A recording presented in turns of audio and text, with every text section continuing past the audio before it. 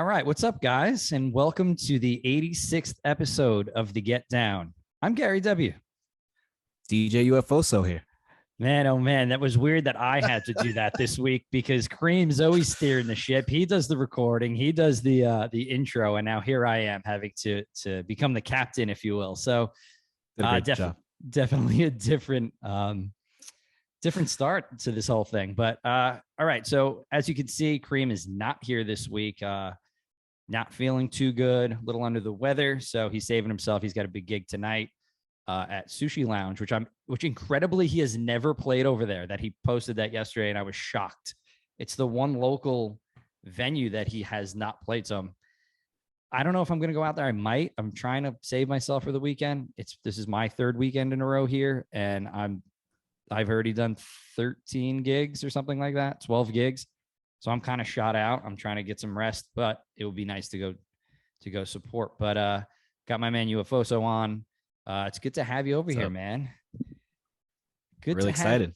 Good to have you over here filling in. So Greg wears many hats for our group.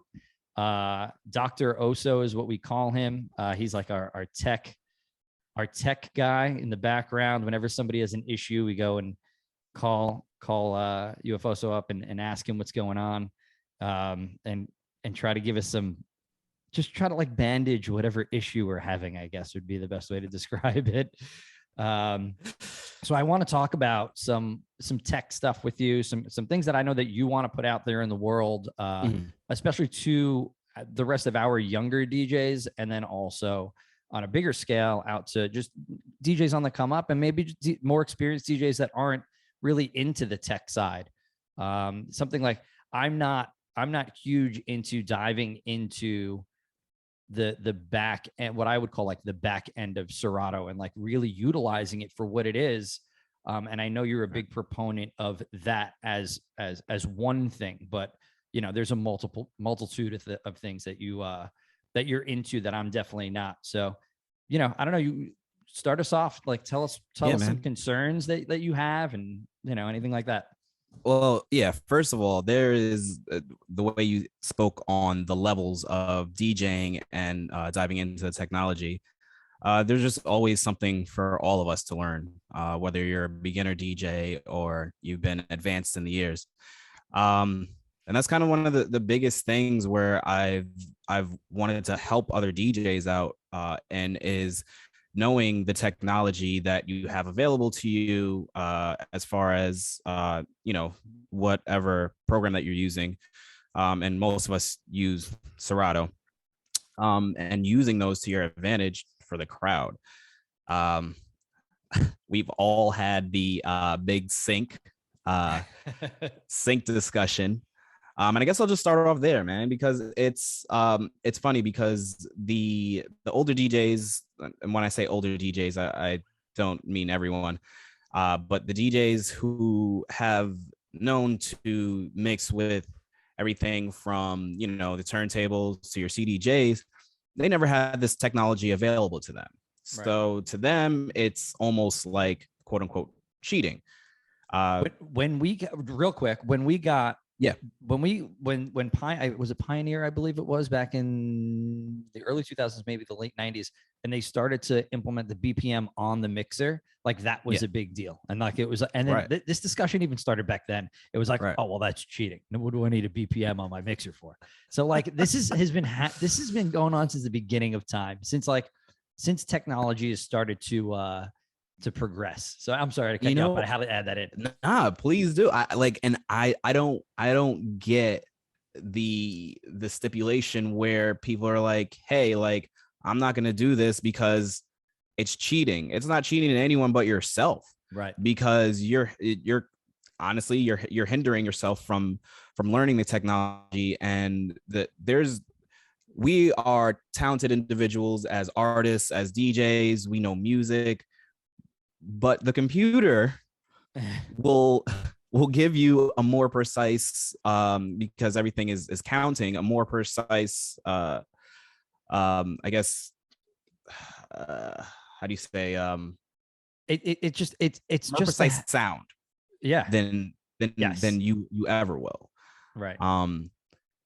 And so really quick talking about Serato and Sync. It also goes with Pioneer. A lot of house DJs, they don't even discuss it. But because we're open format DJs and we are very I guess competitive as far as what we're playing, when we play the open format stuff, sync just seems to be a huge issue. Now, is this used on a global scale as far as like, you know, major house DJs? Are they just using this and it's not even, it's Yeah, not maybe discussed? the house DJs use it all the time because what they use is record box, which is Right. not Serato. So there's very few record box DJs that don't use sync. I think it's called beat sync or something like that. They put beat in front of it. But the same Um, feature. but it's the same feature. And what it allows you to do generally is like play 3 and 4 tracks at the same time. But if we're playing 2, what it does is just it makes you a quicker DJ. If I don't have Yeah. to worry about like lining something up, that's cool. And it makes me a better DJ. I can now think about the 3 other songs versus these numbers in front of me, which the computer can do anyway. So why not let the computer do it? On a very personal level, like it improves your sets exponentially due to the quickness of how you mix and how far ahead you can get. And that doesn't just come through when you go and see you. When I speak to people that book you, because Greg, I'm going to call you Greg from time to time here, just so you know. That's cool. When Greg is UFOso forever. it's UFOso's real name for those who don't know. So when you get booked by other management groups, that's the first thing they come back to me and say, "Oh my God, the energy was kept so high." And the only reason you're keeping that energy so high is because you can be so far ahead.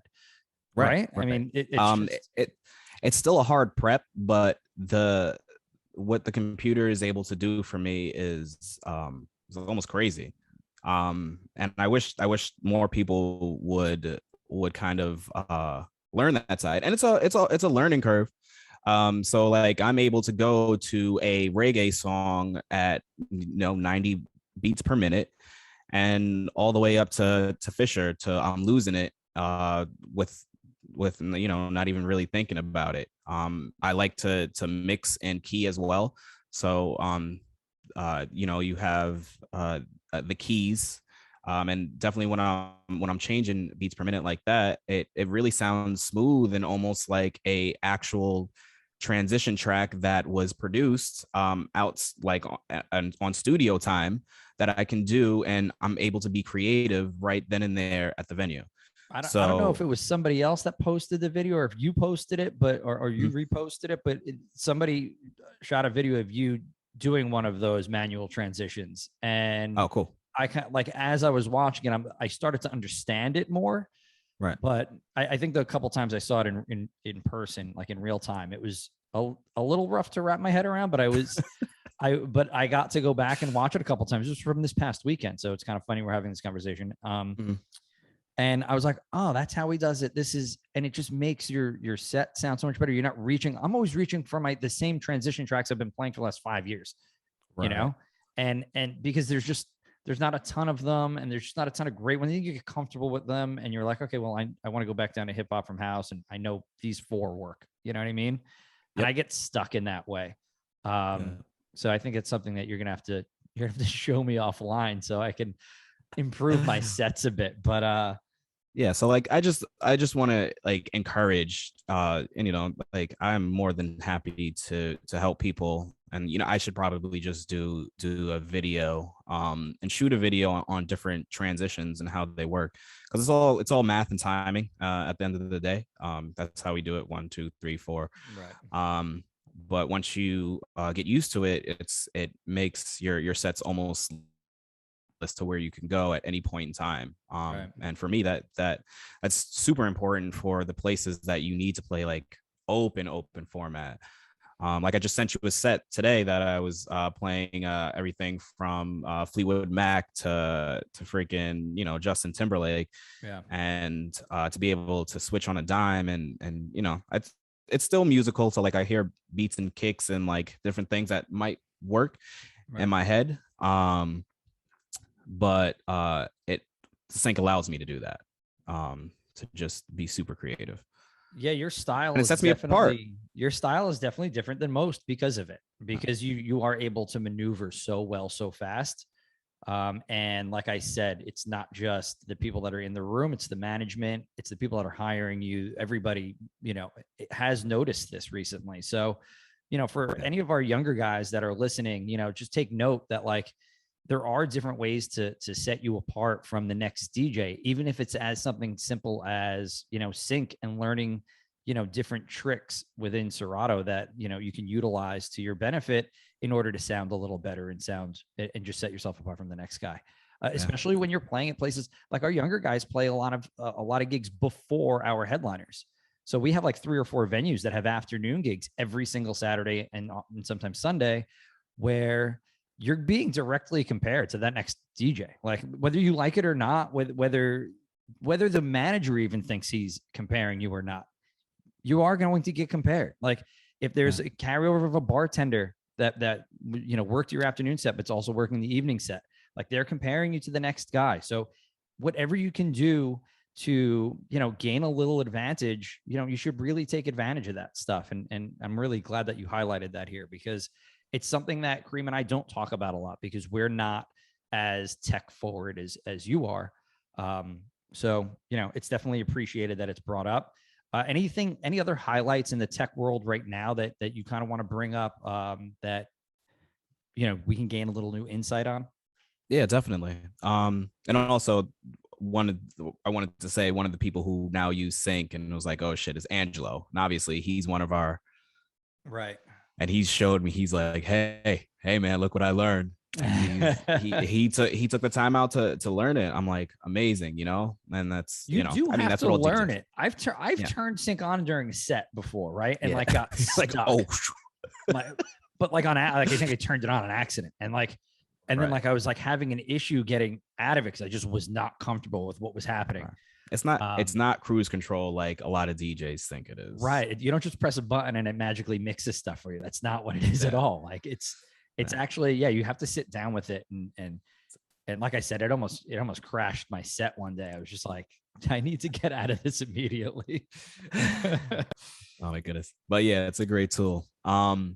Speaking of tools, so like we're with technology and like just and growing as a DJ for me, and I've been with you guys 6 years now, 7 years since the beginning. So since the beginning. So and like I can say myself that I've grown almost exponentially. A few things that has helped me, and one of the biggest things is being able to play on almost anything and everything. When I walk into a venue, that you guys know that I never have a problem, no matter what venue it is. I can literally play off my laptop if I need to. So for the younger guys, for you to be able to not have to use that controller that you bought, and controllers are great because they're cheap. You can use your library. It'll teach you how to actually DJ. But at the end of the day, those things do not have the sound cards that are needed for these larger venues.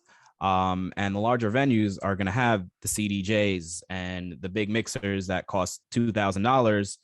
The mixer is going to cost $2,000. A CDJ is going to cost $2,000. So it's like a $6,000 system versus your $300 controller that you use. While it's the same concept, you need to learn how to use the bigger stuff because that's what the big guys play. And if you want to just be consistent and keep on getting booked, a huge part. And I have one place in particular that I'm thinking about, and everybody who's working with us is going to know exactly who I'm talking about. So bringing in a controller into a place versus a rotary mixer, as much as that rotary mixer is ancient, I'm eager to hear your take on this. Even though that rotary mixer is ancient, it still is going to sound better than that controller all day long. Like I get it. That thing's 30 years old, but those things are beasts, and they were built a certain way. Like Technics 12, people don't shit on Technics 1200s that were made in 1990. They still use them. Just because you're not used to the mixer looking that way, where it has a bunch of knobs and stuff, I get it. It's not ideal for open format DJing at all. It's not made for that. That's not what it was made for. It's made for major nightclubs where house music was predominant, right? Because you're not looking to cut and you're not looking to quick mix. So that was just never a thing. You know, those things came out when 9-minute tracks and 12-minute tracks were played in clubs, not now where it's 45 seconds and out. So I understand the argument behind that. But when you get into like the deeper technology of that piece of equipment, that thing is made a million times better than that piece of shit controller will ever be made. Even though it's 30 years newer, the controller. I know that might be a hot take here. I don't know, but I you know, that's my personal take on it. Listen, I agree. And then the way like the sound card, and they're quote unquote made better nowadays, but they're still not better.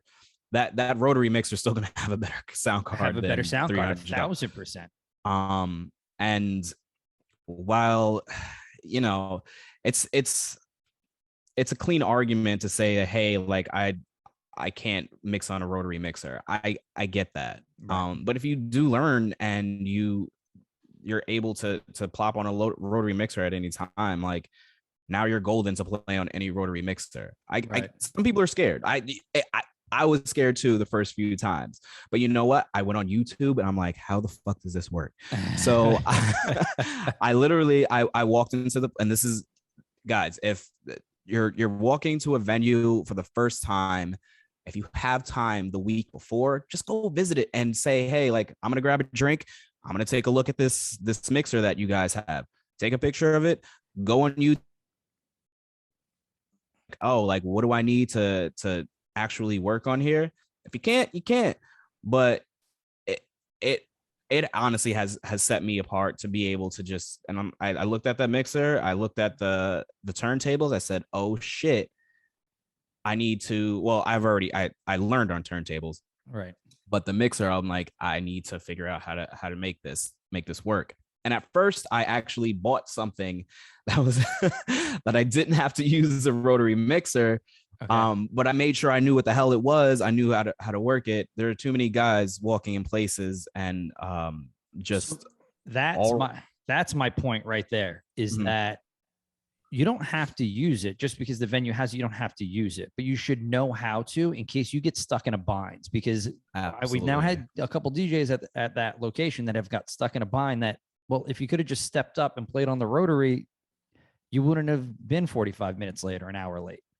You know what I mean? Yeah. It wouldn't have forced you into a frantic panic where you had to reach out to people and ask if they had a controller. Just hook up to the rotary, you know? Yeah. And try to back and always have a backup plan, because like things are going to go wrong. Always. Things are going to go wrong. Like I walked into, this was about a month ago, walked into a venue and I wound up having to play on Tractor, Greg. And I've never even saw Tractor open on a computer ever, not once. And I had I played like a 3-hour set on it and like just figured it out as I was going. And like, was like, well, as long as I can mix 2 songs together, it doesn't matter. Like, it doesn't matter. Like if I can do any kind of like, you know, get real fancy with my set, like, let me just get through it. Some of the times that's just all you got to do. Like you can manipulate your set with what you're playing. You don't have to have all the tricks and whatnot with it. Sure. You're going to sound better the other way, but what's more important, just getting through the set or sounding a certain way, you know? So it was like a 5-minute decision. I'm like, well, I can't hook up. So it looks like this is what I'm playing on today. And then I played, well, I played on someone else's computer playing Tractor. It was interesting, but like, you just have to make do sometimes. And it's important to be well-versed in many different aspects of DJ equipment and technology in order to not get stuck in situations where you're not able to perform at all. You know, I think that's a huge part of it, because then that's how you get written off quickly by not only just management of the place, but also the booker who's booking you there. Because if you flop on a night, like that could be the end of that account. And that's sometimes a lot of money to a lot of people. You know, it's not just you. So it's not just you. Yeah. So it's a big aspect of being a versatile and well-equipped DJ. Right. And it's just peace of mind. Like, why wouldn't you want to know how to play on this other stuff? You got to worry about the crowd anyway as you're walking into a new place. The last thing you want to freaking worry about is how to be able to plug into something. So just have your backups, man. Have your USBs. I was one of these DJs at one point. I would bring I'd bring a CDJ with me, right? Mm-hmm. Because I was comfortable, and there was a feature on that CDJ that was not on other CDJs. CDJ in my trunk right now, Gary. All the time. So I used to bring one with me just to have on one side so I can use that feature. It was, this is going to sound crazy. I used to play on, what's the other, what was like the non-used mode in Serato back in the day? Oh, you were telling me about this. What was it, the 800? I think it was the 800. So they had they had the touch. They had you touched. But this became a thing later on with like the big pads and everything else. But all you did was touch the top of the platter and it would bring you back to your cue point, which sounds crazy. But I used to, I had a way that I knew how to scratch and mix that way. So like how James Hype's hitting the A hot cue all the time. That's what I was doing just with the top of the platter. It was really crazy. It looked great. SRT mode, some weird, something like that. Yeah. And I would just play that on one side because I just played on my right side, my strong side. And then I walked into West 5 one night, and the manager had just gotten all new equipment, all like the newest Pioneer equipment that they had. They had just remodeled West 5. It was Lounge 11 prior to that, and they had just remodeled it. And I was like doing one of the first weeks there, and I brought in my CDJ, and he's like, "Nope." He's like, "Don't you dare touch anything." Oh, I love that in here. I love that. I was that. like, oh no. I was like, well, I'm not going to sound like I normally sound, right? Like it's going to be just different. But I had to adapt. I started to learn how to just use like the regular cue point, even though like it stuck a little quicker. It was just a little different. But you just adjusted. You just figured out how to adjust. But that was like he was just like, he like Matumbo'd me when I walked into the booth that night. And from then on, well, and they had turntables too, but like turntables at the time, like we were playing predominantly EDM in there. So we weren't really messing with the turntables all too much anymore. Yeah. And plus there was brand new CDJs in there. So that was like super dope. Amazing. And it made me adjust, and it made me change having a dependence on this piece of equipment. And I feel like for some of our guys that feel like you do have a dependence on a certain type of equipment, just rip the Band-Aid off. It's going to be scary. It's going to be uncomfortable. And that first night or two, you probably won't feel like you sounded your best, but it just makes you a little more prepared for the next place that doesn't have the thing that you're comfortable with. True. Would you agree with that? And I agree with that. And then you figure out other ways how to sound good. I'll tell you, like I had an issue where I'm usually a lefty, so I had to use the right side all night, and I found a way to loop my track on the left side to make it. And it was something that I added to my repertoire that I wouldn't have never added to my repertoire if I never tried to if I was never put in that situation. So like, just figure it out. You never know what you can pick up from doing different stuff. Yeah, right. You just don't know what you're capable of doing unless you step outside of that comfort zone. And it's just really important for growth and improvement in this ever-changing DJ game, because like this is not slowing down. Technology is not slowing down. It's just only going to get more rapid. It's not. And the kids pick it up quicker than the older people do. So you just keep up, man. Just try at least. Yeah, I mean, you see these kids getting into DJing at like 8, 9, and 10, and it's a completely different ball game because their minds will just absolutely, it's like they're like sponges, like right. The cliche is like kids' minds are like sponges, and they're just gonna pick it up like really, really quick.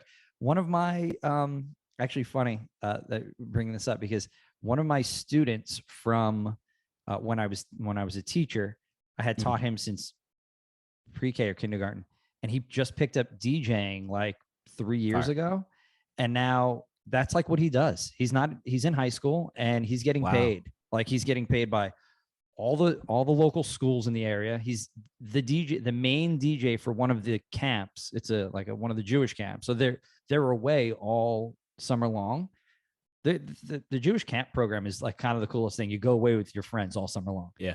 And he brought his DJ equipment up there, and he's the main DJ. And they do parties there every week. And I'm sure he's getting paid for it.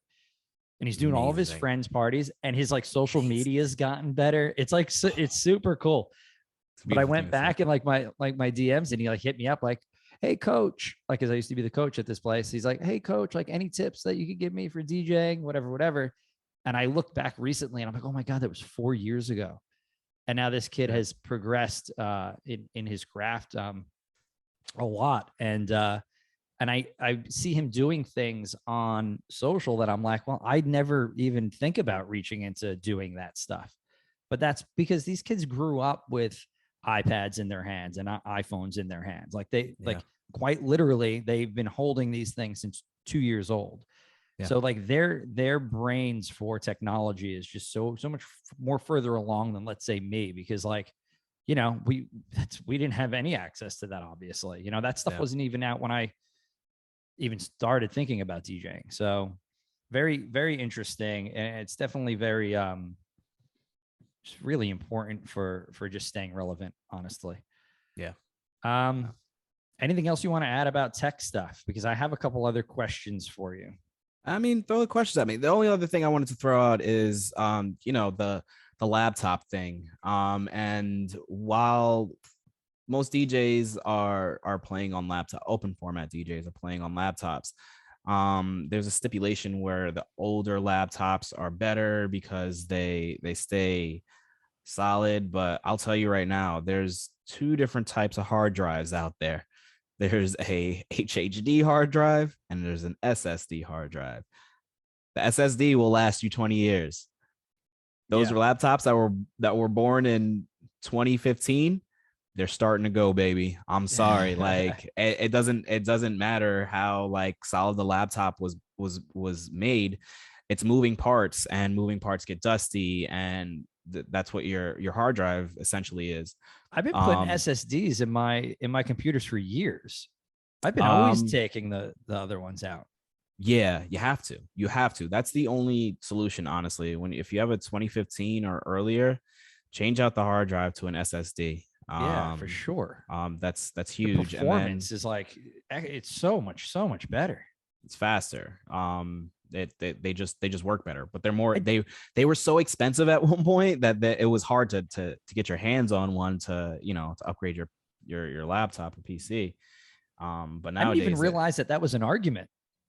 I just thought that was like known, like you put in your SSD, like, and that's it. Have to put an SSD.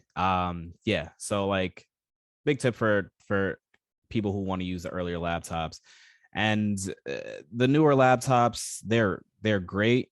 I would say like the newest one, like wait a year till you buy a new one, because Serato can't keep up and Tractor can't keep up with the updates.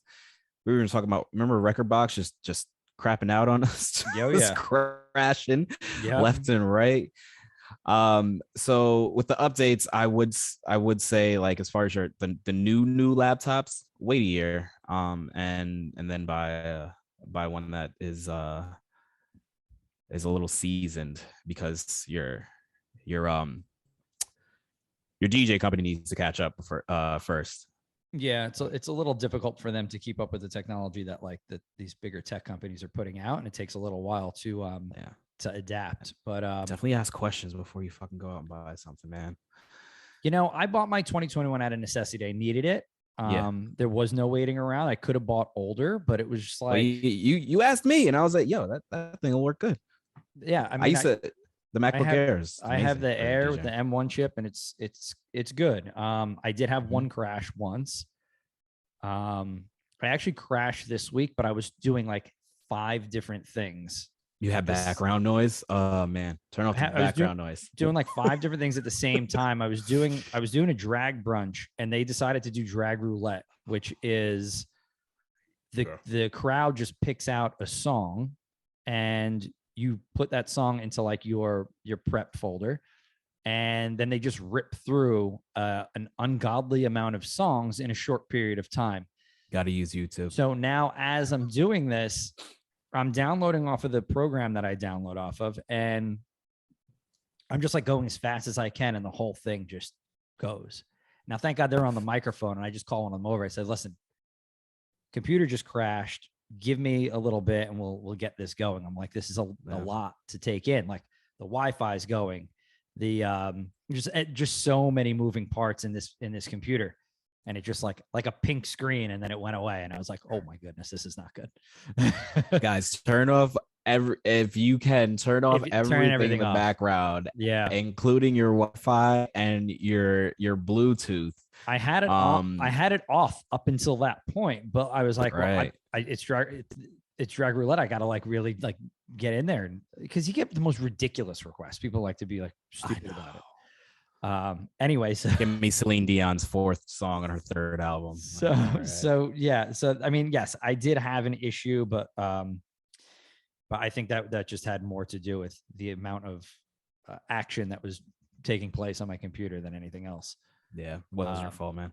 But I'm really loving my MacBook Air. It's great. It's quick, and it does its job for sure. Yeah. All right. So if you guys didn't know, Greg was a restaurant manager for a long while. And I just want to, first of all, scratch the surface on kind of what your experiences are with dealing with management and with having that management background. Does it help? Does it hurt? Like, are you overanalyzing? That's number one. And then I think something really that was highlighted in a conversation that I had over the weekend was kind of managing a bar / restaurant. So kind of the position that you were in versus managing a nightclub. And there was a couple really interesting points that came up during that conversation that I want to get into. But yeah, start with like your experience with managers now, with also having that experience as being a manager. Yeah. So I guess I've managed restaurants for about 8 years. Been in the restaurant industry for about 15. 16. So, you know, it definitely hurts and helps from having the background. It's almost kind of like when you're a good DJ and you go out and you hear another DJ and you're like, man, right, I want to help him out. Right. But you can't. Right. You just kind of got to sit there and be like, yeah, okay. Do your thing. I'm just gonna do my thing. Again, you have to remember what your job is. Even though the restaurant industry is kind of like hands-on and like you help where you can and you kind of fit in and do the job wherever and whenever it needs to be done. That's kind of the mentality when it comes down to managing a restaurant, because you got to manage everything from people to toilets, you know? Yeah. So I can say that I appreciate the training that I've had, but I do get frustrated when I see people mistreated, as far as like the you treat your where I come from, you treat your employees with respect, right, as well as your patrons. And that's probably my biggest issue, and where I have a problem almost biting my tongue and like I get the heebie-jeebies. Yeah. Well, something I was thinking about today, this was on my car ride over here to record. I was thinking that like when you go to be a restaurant and bar manager, I don't think that you are well trained or even expecting to have to deal with entertainment. Oh, absolutely. I don't think that that's always in the forefront of somebody's mind when going to get a bar and restaurant management position. It's like, I think the entertainment part of it is almost an afterthought, and almost like, oh my God, this is why I didn't expect to have to deal with this, but this is a major thing that I do have to deal with regularly every weekend. And it's just one of those aspects of the business that's often overlooked. And that's why we do what we do at Get Down DJ Group, is to try to take that off the plates of most management, because it's just because we deal with DJs every week. So we know how to deal with it. That's why we do what we do. That's why there's go that's ahead. why What I there's was gonna say, value in what we do. right. But I was gonna say when you hire entertainment, you're basically, unless you have somebody who's the same person every week, you're hiring somebody new every week. So it's like having a new employee that you have to deal with, that you have no idea what their background is, no idea, and you're using them specifically for entertainment, but they're also people. So I'm So you almost giving a pass to the bar and restaurant managers because I get it that it's probably the fourth or fifth thing down here. We've said this before on this podcast many a times. You know, it's like liquor sales, liquor ordering, food ordering, sitting down with your chef, etc., creating menus, and then it's like DJ entertainment or band entertainment.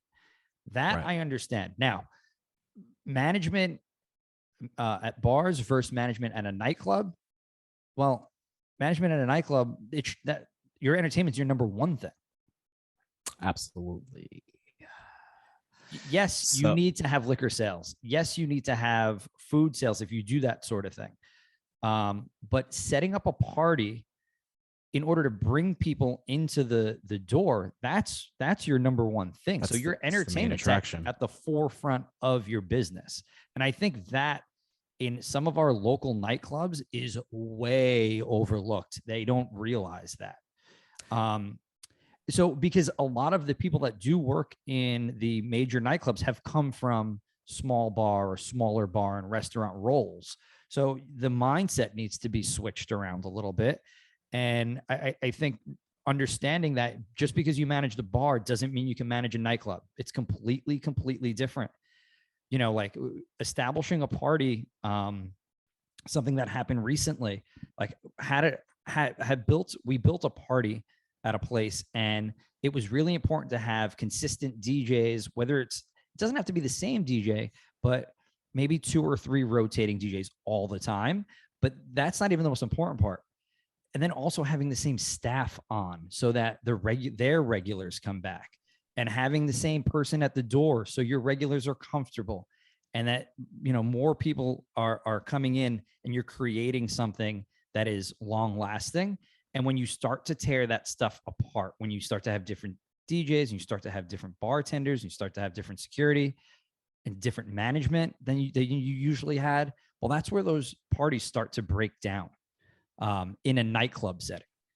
I'm not saying that, but listen, a bar restaurant setting is completely different. I understand there's so many other moving parts of things, but a nightclub, I never really thought about how important it was to have a really solid base for when you're building parties. We built a really good Thursday party at 626. That's an excellent time. We're starting to build a very good Sunday party. And what I was trying to dissect is how and why did our Thursday party build so well? And how can we continue to build on our Sunday party in a way that would be, effective? And these were some of the ways that I came up with. And I don't think this is stuff that you would have had to think about as a restaurant and bar manager, correct? Not at all. It's kind of, so what the bar's attraction is the staff and the drinks and the atmosphere. What a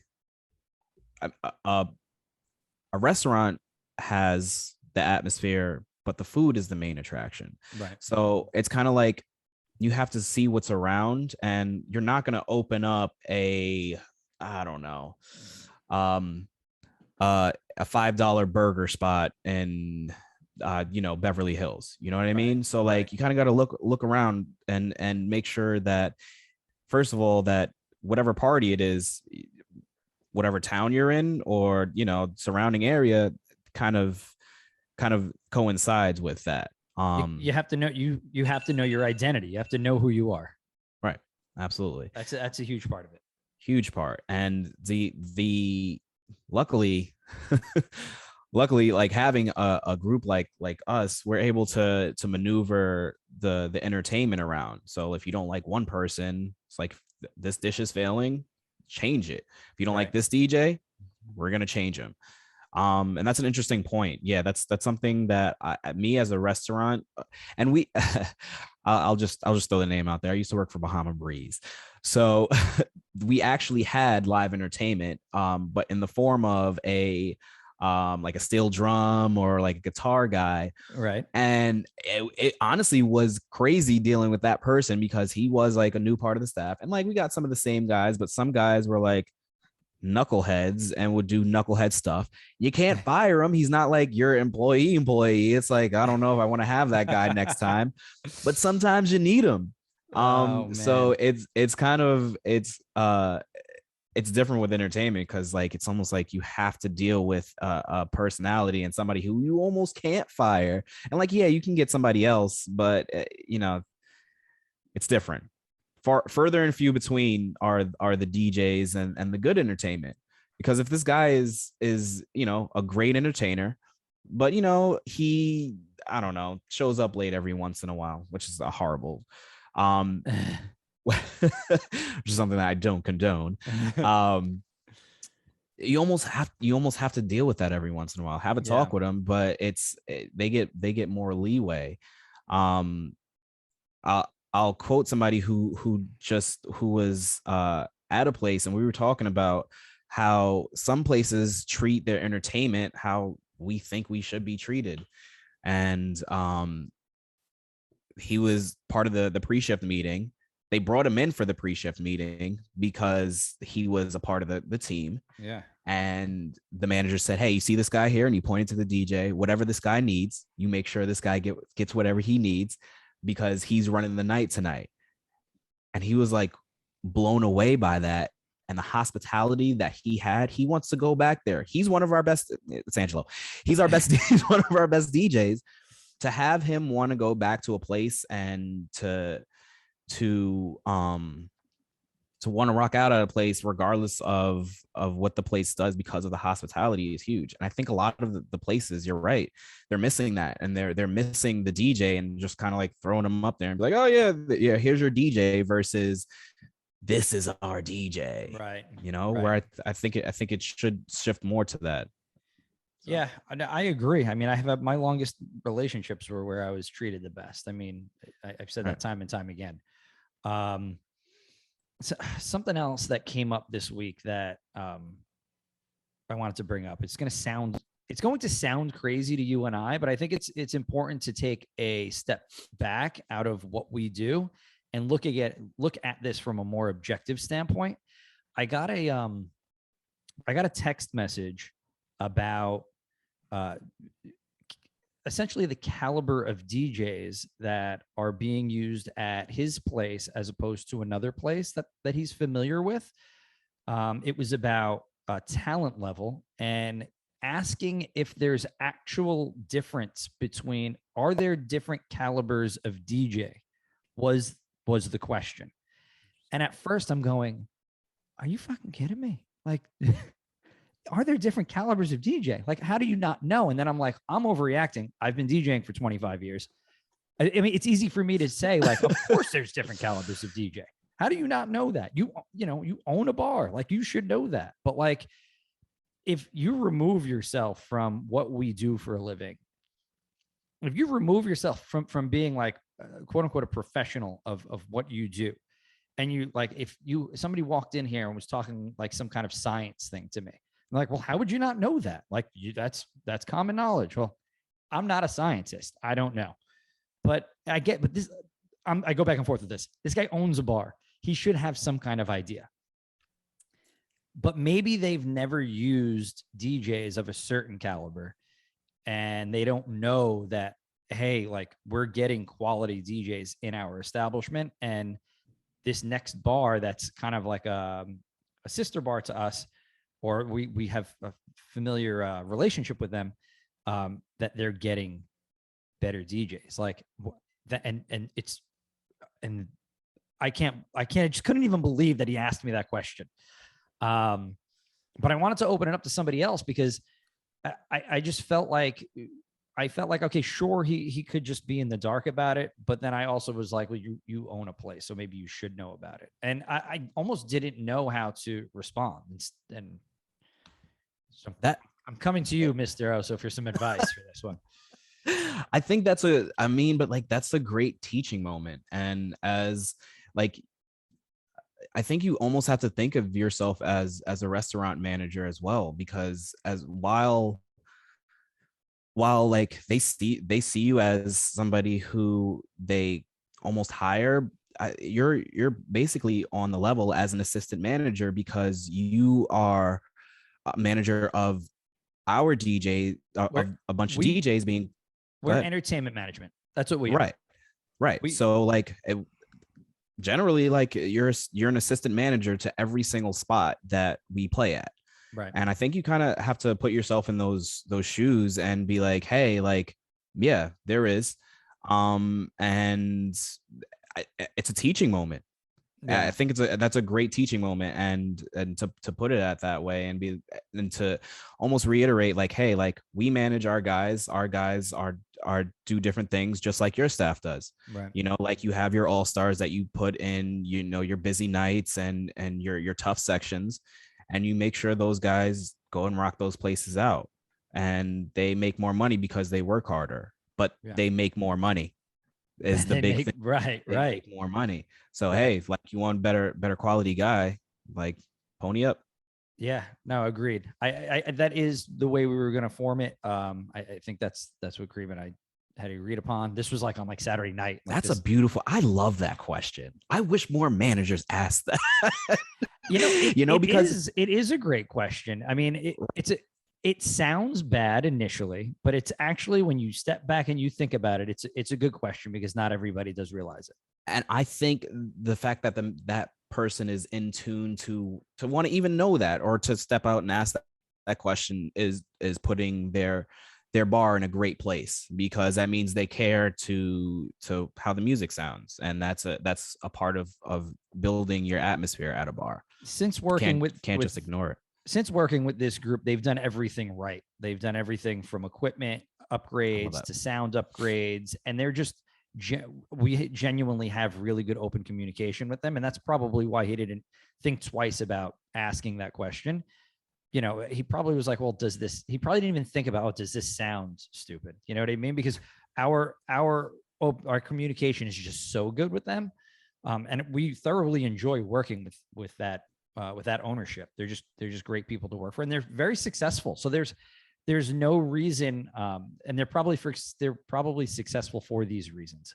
You know, the fact that they don't care to step outside the box and ask these questions that will hopefully help their business.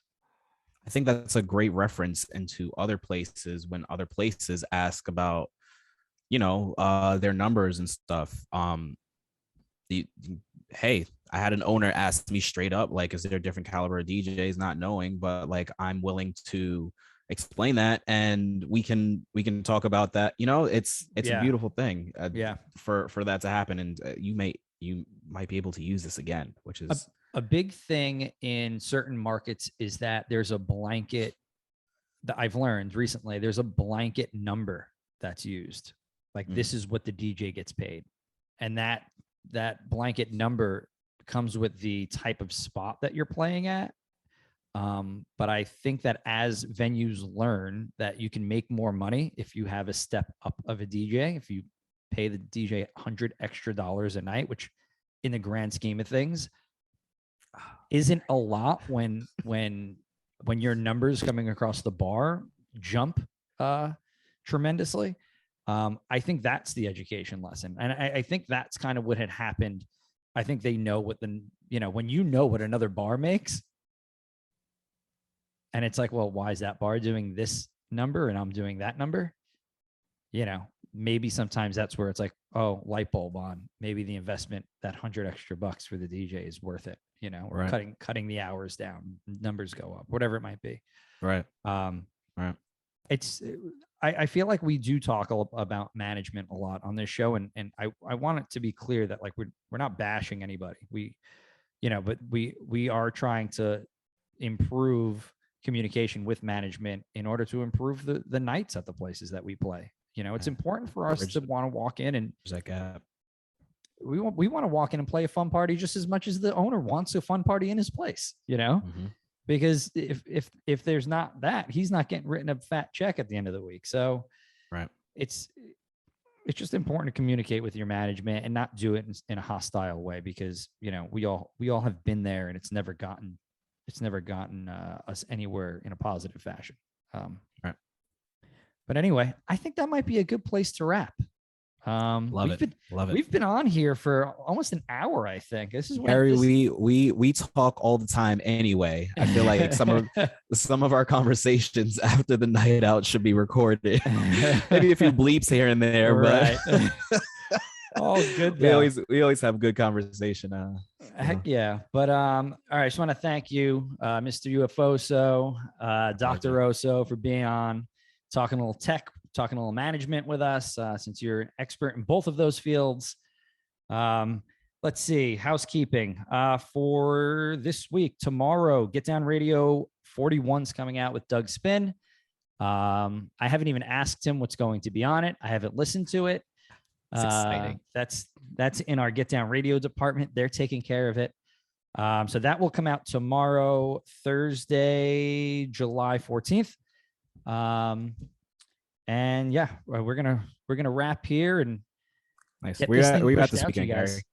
Oh, good question. I am doing Latin night tomorrow for Slaylani's birthday at 6:26. That's gonna be good.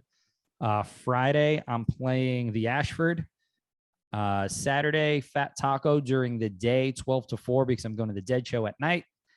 Sunday, I'll be at Hair of the Dog in the afternoon and possibly Ashford at night. A lot of things. I saw that Ashford at night. That was interesting. I was like, oh shoot. Okay. Yeah, we've been grabbing a couple of those, and you know what? They're pretty good because we get people pushed down from the roof at one point. So it winds up being a pretty solid night. Where are you at, sir? Where the heck am I at? Friday. I gotta check. Friday, I am at Birch. So Friday nights is actually the Christmas theme. Excited about that. Nice. It's always fun at Birch. Saturday daytime, I'm doing the drag show. Oh wait, no, I lied.